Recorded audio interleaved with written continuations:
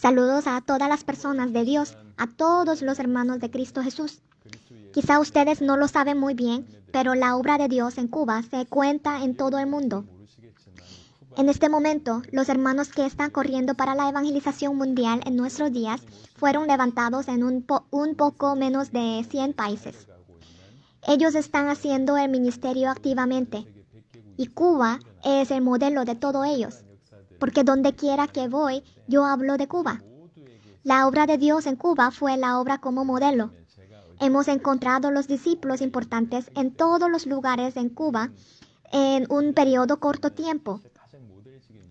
Los hermanos de Cuba han encontrado los discípulos en 16 provincias, 168 municipios. Se han desafiado a ellos mismos a entrar a todos los pueblos. Obviamente había muchos ataques invisibles de Satanás. Habían varias tribulaciones y dispersión de los hermanos. Por eso muchas almas, discípulos y creyentes sufrieron mucho, y algunos de ellos fueron divididos. Sin embargo, el Evangelio está propagándose constantemente a través de las personas como remanentes, quien tiene el Evangelio verdadero. Y esto está siendo modelo delante de la evangelización mundial. Por eso quiero decirles que ustedes, los que se han fortalecido después de todas estas persecuciones, son muy preciosos. Les felicito porque Cuba todavía está a la vanguardia de la evangelización de todo el mundo. Les bendigo que Dios use sus vidas hasta el día de la venida de nuestro Señor Jesús el Cristo. La razón por la que Dios usa Cuba es porque Cuba entendió el Evangelio correctamente y lo creyó. Hermanos, esto no es algo fácil. Satanás nos confunde para que no sepamos el Evangelio, porque ahora estamos en los últimos tiempos. En 2 Corintios 4, versículo 4 y 5, Satanás cegó el Evangelio desde el principio, porque Satanás sabe lo más importante. Satanás sabe que si se ciega el Evangelio, será el fin para nosotros. Por eso, todavía existe la obra de Satanás en todo el mundo hasta el día de hoy. Hermanos, yo he ido a varios países y he encontrado a muchas personas. Y les pregunté a ellos, ¿qué es el Evangelio? Y les pedí a ellos que explicaran en una palabra, ¿qué es el Evangelio? Y todas las reacciones de la gente fueron casi iguales. Piensan que ellos ya saben el Evangelio, pero es difícil de expresar en una oración. Es decir, mucha gente no tiene el contenido del Evangelio claro. Incluso he visto que el Evangelio que esta persona habla y el Evangelio que esta otra persona habla son diferentes. ¿Cuál es la definición del Evangelio para ustedes, los que escuchan este mensaje ahora? Esto es un tema muy importante. Es más importante que cualquier otra cosa. Dios ideó un plan de salvación para salvar a la humanidad porque el hombre estaba en un estado muy grave. Y este plan de salvación fue el Mesías. La Biblia nos habla que nosotros podemos ser rescatados solamente a través del Mesías. Esto es la historia de la Biblia. Dios reveló el Evangelio claramente en la Biblia, pero nosotros no sabemos el Evangelio correctamente ni creemos correctamente por falta de este conocimiento. Así que hoy me gustaría definir el Evangelio para ustedes que se han conectado recientemente y así difundir el Evangelio con poder. Hermanos, antes de hablar del Evangelio, necesitamos saber nuestro estado. ¿En qué estado se encuentra el hombre? Esto es muy importante. Muchos cristianos del mundo no han podido diagnosticar qué tipo de problema tiene el ser humano en último tiempo. Dentro de muchas iglesias, pensaron que el problema del ser humano son algunas deficiencias o carencias. Por eso muchos de ellos han servido y auxiliado sin descansar. Eso no está mal, pero quiero decir que ellos han fallado en diagnosticar. En el día de hoy, muchas cosas como psicologías o pensamientos han invadido las iglesias. Psicología y filosofías han invadido a las iglesias tanto que sobrepasan la palabra de Dios. ¿Por qué pasa todo esto? es porque ellos definieron el problema del ser humano como el problema de mente, emoción o sentimiento. Obviamente el hombre tiene esos tipos de los problemas, pero esos no son el problema fundamental del hombre. Y hay muchos problemas de salud en las iglesias. Es algo raro. Donde quiera que yo voy, como Estados Unidos o África, las sanidades son un tema muy popular. Desde la sanidad física hasta la sanidad de la mente. El tema de la sanidad se está apoderando de las iglesias, porque la gente tiene muchos tipos de las enfermedades. Sí, el ser humano necesita ser sanado, pero la razón que la gente enfoca a la sanidad es porque la gente define el problema del ser humano como la enfermedad. Obviamente los seres humanos tienen varias enfermedades, pero eso no es algo fundamental del problema del hombre. Y otro tema popular en las iglesias es liderazgo. Este tema del liderazgo está siendo compartido en muchos lugares. Muchos piensan que el problema del hombre es el problema de la administración o la ausencia del líder. Pero no es así. Hermanos, ¿cuál es el problema del hombre? ¿Qué tan grave fue que Dios tuvo que venir a esta tierra como un ser humano? ¿Es el problema del hombre tan grave que él debería haber dado su vida? ¿Es el problema del hombre un problema de enfermedad o un problema de deficiencia? No está en este nivel. Nosotros necesitamos conocer precisamente. Nosotros somos los que debemos dar la respuesta al mundo. Solo la iglesia puede dar la respuesta. Solo los creyentes pueden dar la respuesta. Necesitamos ver correctamente. No es exagerado decir que todos los problemas del hombre provienen de uno solo. La Biblia dice que este problema es el problema de pecado.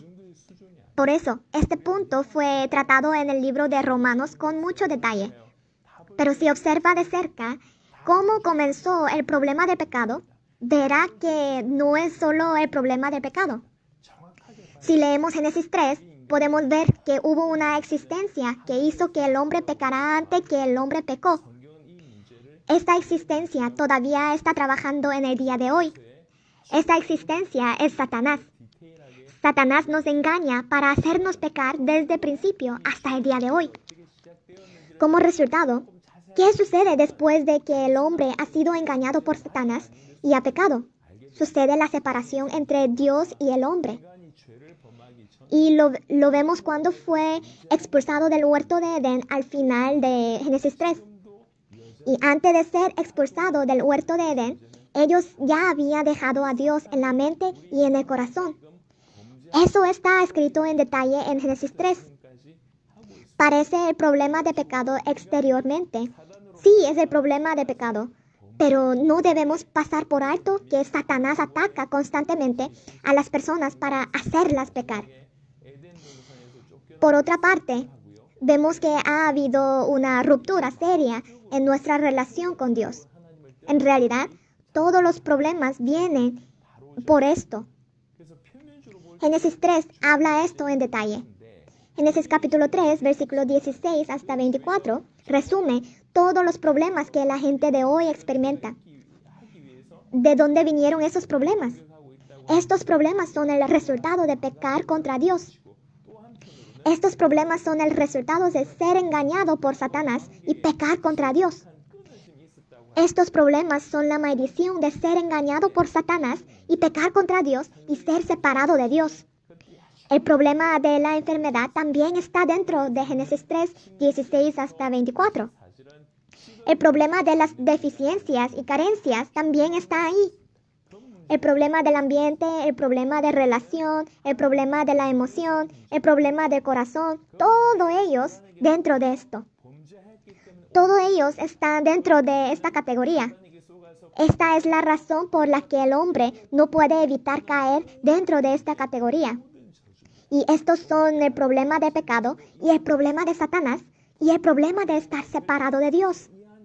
Por eso, cuando la Biblia habla de la vida y muerte, siempre lo interpreta como una relación. Cuando estamos conectados con Dios, quien es la vida, tenemos vida. Cuando estamos desconectados de Dios, quien es la vida, estamos muertos.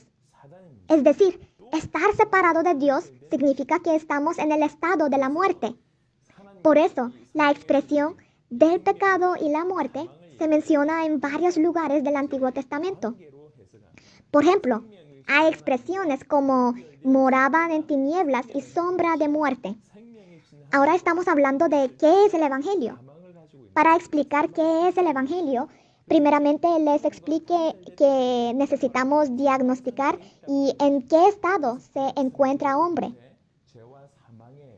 Es decir, en resumen, hay muchos problemas del hombre, pero todos los problemas provienen de un fundamento. El problema de pecado, Satanás y la separación de Dios, que es el problema de la muerte, están dentro de este fundamento. Por este fundamento, todos los problemas provienen desde ese lugar. Si esto, que es el fundamento de todos los problemas de la tierra, no se resuelve, entonces nosotros no podemos ser rescatados. No podemos ser salvos. Si escucha atentamente, lo va a entender. El ser humano no puede resolver este problema fundamental. No hay ningún ser humano que pueda resolver el problema del pecado por sí mismo. No hay ningún ser humano que pueda encontrarse con Dios y obtener vida por sí mismo, porque el ser humano está muerto por la separación de Dios. No hay ningún ser humano que pueda salir de Satanás por sí mismo. El hombre está en esta desesperación absoluta. Por eso, Dios nos permitió el camino de la salvación. En realidad, la Biblia entera nos habla del único camino que puede rescatar al hombre que está en esta desesperación. En Juan capítulo 8, 44 dice, el hijo del diablo. En Romanos 3, 23 dice, todos pecaron. Por un lado, todos son pecadores. Por otro lado, todos son los hijos de Dios. Y por otro lado, todos están en el estado de Efesios 2:1. Están muertos en sus delitos y pecados. No hay excepciones. Todas las personas son los hijos de Satanás. Todas las personas son los pecadores. Todas las personas están muertas. La Biblia es la historia de camino de salvación de Dios, el proyecto de salvación de Dios para rescatar a la humanidad en medio de este estado. Entonces, el Antiguo Testamento nos dice que el Mesías, que es el único camino de salvación, vendrá. Y el Nuevo Testamento nos dice que el Mesías ha venido. El Evangelio claro que nos presenta la Biblia es que el Mesías, que todos han estado esperando durante tanto tiempo, es en realidad Jesús, que nació en el pueblo de Nazaret. Les voy a explicar este Evangelio desde un ángulo diferente. ¿Qué es el Evangelio? Les voy a explicar desde dos ángulos. Primeramente, no por lo que entendemos o buscamos. A través de los mensajes entregados por los apóstoles, revisaremos la verdadera definición del Evangelio. Por otro lado, revisaremos qué es el Evangelio a través del propósito para el cual se escribió la Biblia. Hermanos, si observan cómo los apóstoles predicaron el Evangelio en la Biblia, lo sabrán bien. Primero, tomando el famoso ejemplo del apóstol Pablo, el apóstol Pablo en Hechos 9 se convirtió en Damasco. En Hechos 9, 20 hasta 22, tan pronto como se convirtió, inmediatamente proclamó que Jesús es el Hijo de Dios y que Jesús es el Cristo. En Hechos capítulo 17, 15 a 20 años después, Pablo testificó que Cristo moriría y resucitaría a lo largo de la Biblia, y luego descubrió y testificó que este mismo Jesús era el Cristo. También en Hechos 18:5, el apóstol Pablo, quien estaba entregado plenamente por la palabra de Dios, compartió que Jesús era el Cristo. El contenido del evangelismo que hizo el apóstol Pablo fue que Jesús era el Hijo de Dios y el Cristo. No solo el apóstol Pablo, sino también el apóstol Pedro predicaron las mismas palabras. En Hechos capítulo 2, cuando el Espíritu Santo vino el día de Pentecostés, en el mismo lugar donde miles de personas se habían reunido, Pedro se puso de pie solo y predicó el mensaje. Y la conclusión de ese mensaje es Hechos 2, versículo 36. Sepa pues, ciertísimamente, toda la casa de Israel, que a este Jesús, a quien vosotros crucificasteis, Dios le ha hecho Señor y Cristo. Pedro predicó el mensaje de que Jesús, de hecho, es Cristo y nuestro Señor, a menos que seas crucificado. Jesús es el Mesías y el Señor. En 1 Juan, capítulo 5, versículo 1, dice que todo aquel que cree que Jesús es el Cristo es nacido de Dios. Y el apóstol Juan también dijo que el estándar de los que verdaderamente nacen de Dios es creer que Jesús es el Cristo.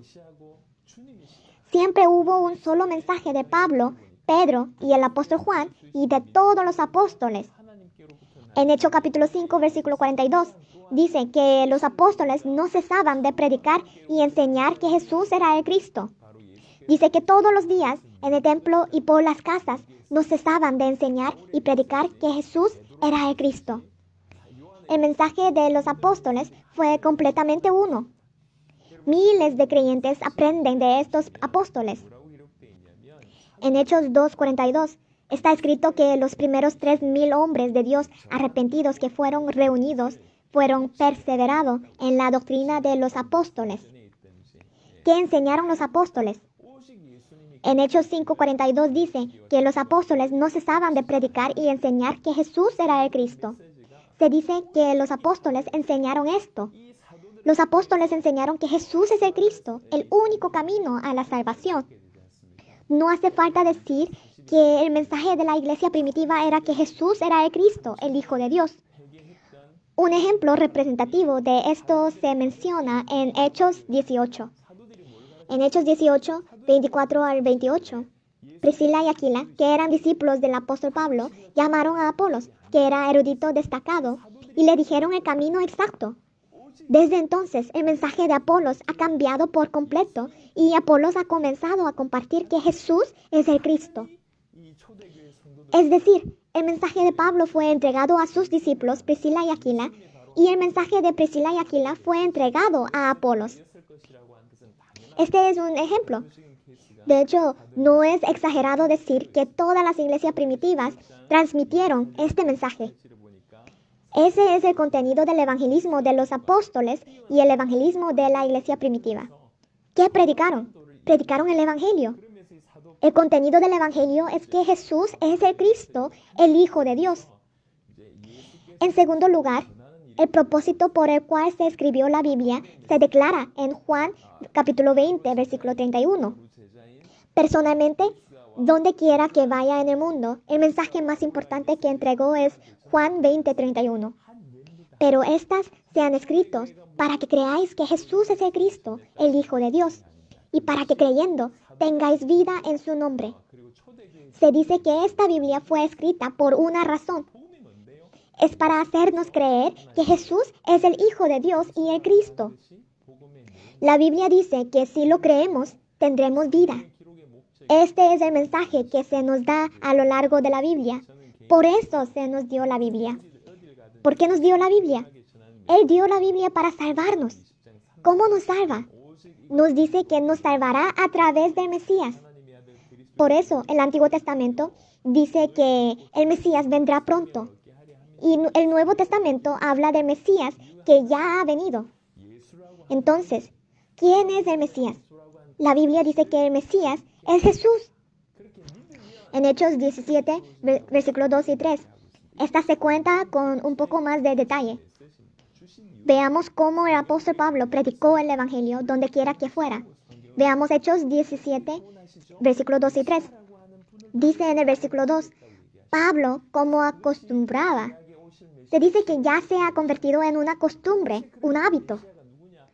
Dijo que siempre hacía eso. Y dice en el versículo 2, fue a ellos y por 3 días de reposo discutió con ellos. ¿Qué era costumbre? Primero, predicó con la Biblia misma. La Biblia en ese momento sería, por supuesto, el Antiguo Testamento. Dice en el versículo 3, discutió con ellos, declarando y exponiendo por medio de las Escrituras. Declarando y exponiendo por medio de las Escrituras. Esto es muy importante. Porque una de las cosas más difíciles del mundo en este momento es interpretar la Biblia. Por tanto, La hermenéutica es la asignatura que enseñan los teólogos más destacados entre los teólogos. Y la mayoría de los pastores también toman esta asignatura. Sin embargo, hay demasiados casos de interpretación arbitraria de la Biblia en todo el mundo. La Iglesia, así como los miembros de la Iglesia, interpretan la Biblia de manera arbitraria. Otro ejemplo de la interpretación más mortífera es la herejía. Los herejes también interpretan la Biblia de manera arbitraria. Los herejes son serios, pero personalmente creo que los más serios son los liberales dentro de la Iglesia. Estas personas realmente no creen en Dios. Ellos toman la Biblia y la entretejen en su propia lógica. Ellos niegan que Jesús sea Dios. Dicen que Jesús es solo un humano. Piensan en Él como una persona que puede ser modelo. En lugar de aceptar la Biblia tal como es, hay demasiadas cosas que entretejen en sus teorías. La herejía es seria, pero los liberales en la Iglesia también lo son. Otro problema es que la gente común interpreta la Biblia de manera arbitraria. Miren, hermanos, ¿qué significa declarar y exponer por medio de las Escrituras? En Lucas 24, versículo 25 al 32, Jesús se aparece a dos discípulos en su camino a la aldea de Emaús y les revela que Él es el Cristo a lo largo de la Biblia. En ese momento, los discípulos dijeron, cuando nos abría las Escrituras. La Biblia debe declararse y exponerse e interpretarse de acuerdo con la razón por la que fue escrita. La Biblia es un libro que nos da la salvación. El método de salvación de Dios es el Mesías. La interpretación correcta de la Biblia es permitir que el Mesías se revele tal como es a través de la Biblia. Dice en el versículo 2 y 3, y Pablo, como acostumbraba, fue a ellos y por 3 días de reposo discutió con ellos, declarando y exponiendo por medio de las Escrituras que era necesario que Cristo padeciese y resucitase de los muertos. Hay 2 puntos aquí. Primero, Él expresó a Cristo a través del Antiguo Testamento. Él destapó a Cristo a través del Antiguo Testamento. El primero es que destapó precisamente el significado de Cristo. El segundo es que testificó que este Cristo tenía que morir y resucitar. Hermanos, primeramente debemos conocer claramente acerca de Cristo. ¿Qué significa la palabra Cristo? ¿Qué significa este Mesías en el Antiguo y Nuevo Testamento? Como ya saben, Mesías significa el ungido. ¿Por qué significa ungido? La Biblia no usa nombres en vano. En particular, Dios no usa nombres en vano. Sin embargo, cuando Dios nombró al Salvador que nos rescatará como el Mesías, significa que muchos secretos están contenidos en este nombre. Él es el ungido. ¿Qué significa eso? Solo fueron ungidos reyes, profetas y sacerdotes. Este significado quedó profundamente grabado en el pueblo de Israel. Dios plantó en la historia de Israel que el Mesías sería el que cumpliría los oficios de rey, profeta y sacerdote. Entonces, la historia de estos 3 oficios está dominada casi por completo en el Antiguo Testamento. Los libros de profetas del Antiguo Testamento tratan sobre profetas. Los libros de historia del Antiguo Testamento tratan sobre reyes. No es exagerado decir que el Pentateuco trata principalmente de sacrificios y sacerdotes. ¿Por qué Dios siguió hablando de estos 3 oficios con tanta fuerza? Ya hablé del problema del ser humano en el principio. El problema del ser humano es el problema del pecado. Al final, el ser humano va al infierno por su pecado. Pero mirando un poco más de cerca, el pecado siempre va con Satanás. En 1 Juan, capítulo 3, versículo 8 nos dice, el que practica el pecado es del diablo. En Génesis 3 y 1 Juan 3, si vemos estos lugares, verán que el pecado y Satanás están estrechamente relacionados. Fue mencionado claramente. Y la separación de Dios, la relación desconectada con Dios, está directamente vinculado al pecado. Entonces, el problema de pecado y el problema de estar separado de Dios siempre están conectados. Isaías 59, versículo 1 y 2, nos dice esto. Nos dice, vuestras iniquidades han hecho división entre vosotros y vuestro Dios. No podemos cortar a Satanás y la separación de Dios dejando el pecado en el centro. En cierto modo, estos siempre van juntos. El pecado, Satanás y la muerte siempre van juntos. Sin embargo, el ser humano no puede resolver esto. Todos los problemas provienen de esto, y el hombre no puede resolver esto. Entonces, vino el Mesías. Se dice que este Mesías tiene 3 oficios. ¿Por qué tiene 3 oficios? Creo que debe tener algo que ver con problemas fundamentales del hombre. ¿Cuál es el papel del sacerdote? El sacerdote tiene el papel de expiación por nuestros pecados. El sacerdote lleva nuestros pecados ante Dios y sirve como un vínculo importante para ayudarnos a resolver nuestros pecados ante Dios. ¿Cuál es el papel del profeta? El profeta entrega la palabra de Dios a aquellos que no conocen a Dios y están lejos de Dios, para que puedan encontrarse con Dios a través de la palabra y desempeñar un papel en la transmisión de la voluntad de Dios. ¿Cuál es el papel del rey? El rey no solo protege al pueblo, sino que también derrota a nuestros enemigos. Entonces, el Mesías significa sacerdote, profeta y rey. El Mesías es el sacerdote que quita nuestros pecados. El Mesías es el profeta que nos lleva a los que hemos sido separados de Dios al encuentro de Dios. El Mesías es el rey que nos rescata de ser cautivos de Satanás y derrota a Satanás. En otras palabras, el Mesías es el único que puede rescatar al hombre de un estado de desesperación muy grave. Como rey, como sacerdote, como profeta, es este Mesías quien nos rescata de Satanás, resuelve todos nuestros pecados y nos permite encontrarnos con Dios. La Biblia habla de este Mesías. Y en Hechos capítulo 17, versículos 2 y 3, primero mencionó al Mesías a través del Antiguo Testamento y luego testificó que el Mesías moriría y resucitaría. ¿Qué es esto? Es la cruz y la resurrección. En particular, el Antiguo Testamento a menudo menciona la cruz y la resurrección. Por ejemplo, nos dice, maldito por Dios es el colgado. Isaías 53 se refiere claramente al sufrimiento del Mesías a través de la forma de un siervo que sufre. Y en el Salmo 16 nos dice, ni permitirás que tu santo vea corrupción. Y se refiere a la resurrección a través de varias expresiones. ¿De quién está hablando esto? Se trata del Mesías. Entonces, cuando el apóstol Pablo declaró y expuso a través de la Biblia, primero, testificó de Cristo y al mismo tiempo testificó que moriría y resucitaría.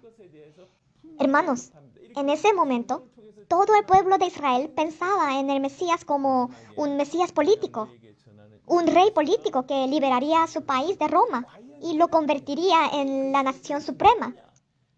Entonces, cuando no saben correctamente, Pablo se refiere claramente a la muerte y resurrección del Mesías a través de la Biblia.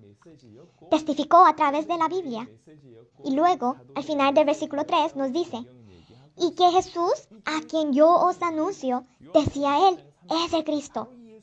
Entonces, ¿quién es este Cristo? ¿Quién es este Mesías tan esperado? Este Jesús es el Mesías. La Biblia nos dice que este fue el mensaje del apóstol Pablo y el mensaje de la iglesia primitiva y el mensaje de los apóstoles. Este es el Evangelio. En Juan 20, 31, esta Biblia fue escrita para que creamos que este Jesús es el Cristo.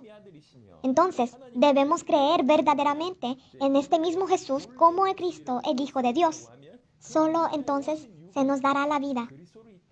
Jesús es Dios y Jesús es el Hijo de Dios. Entonces sabemos que Jesús es Dios encarnado. Ser Hijo de Dios es su forma original, y Él vino a esta tierra como el Cristo. Solo Jesús es el Mesías, el Hijo de Dios. Cuando recibimos a este Mesías, el Hijo de Dios, como nuestro Señor, recibimos la verdadera salvación. Es decir, seremos libres de Satanás, no seremos condenados por todos nuestros pecados y nos encontraremos con Dios nuevamente. Si creemos en Jesús como nuestro Mesías, entonces, como sacerdote, Él lava mis pecados. Como profeta, me permite encontrarme con Dios y reconciliarme con Dios. Y como rey, Jesús me protege y me libera de Satanás. Y que Jesús estará conmigo y para siempre en mí. Si es así, entonces nada es un problema para nosotros. La salvación que recibimos es que el Señor lo resolvió todo. Me rescató. Está conmigo, nos guía para siempre y nos garantiza el reino eterno de Dios. Entonces, creer correctamente que Jesús es el Cristo y el Hijo de Dios es el tema más importante del mundo en este momento. El único evangelio es que Jesús es el Cristo, el Hijo de Dios. La Biblia fue escrita para que la gente creyera en este evangelio. Debemos creer y vivir de acuerdo con el propósito para el que se escribió la Biblia. Aquellos que creen en Jesús como el Cristo ya no tienen ninguna razón para vivir para sí mismos. Y no tienen que vivir así.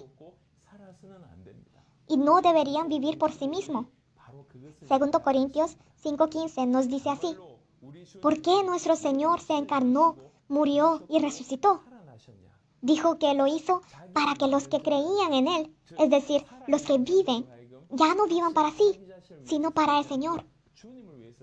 Solo aquellos que creen verdaderamente que Jesús es el Cristo, el Hijo de Dios, pueden vivir para el Señor. En otras palabras, solo esas personas pueden dar sus vidas por el regreso del Señor. Quienes creyeron primero en Cuba tienen esta fe. Ellos creían verdaderamente en Jesús como el Cristo, el Hijo de Dios, y con esta fe vivieron sus vidas preparando el camino para que el Señor regresará. ¿Qué tan importante es esto? Por eso los ataques de Satanás fueron tan severos. Sin embargo, aplaudo a los innumerables discípulos que aún mantienen sus posiciones y ahora los bendigo a los hermanos que han vuelto a este evangelio nuevamente. Realmente espero que la obra del evangelio ocurra en cada rincón de Cuba a través de ustedes y que todo el mundo sea desafiado y evangelizado a través de la obra que tuvo lugar en Cuba. Oro en el nombre de Cristo Jesús para que podamos completar la evangelización mundial mientras vivimos y vemos la gloriosa segunda venida del Señor juntos. Muchas gracias.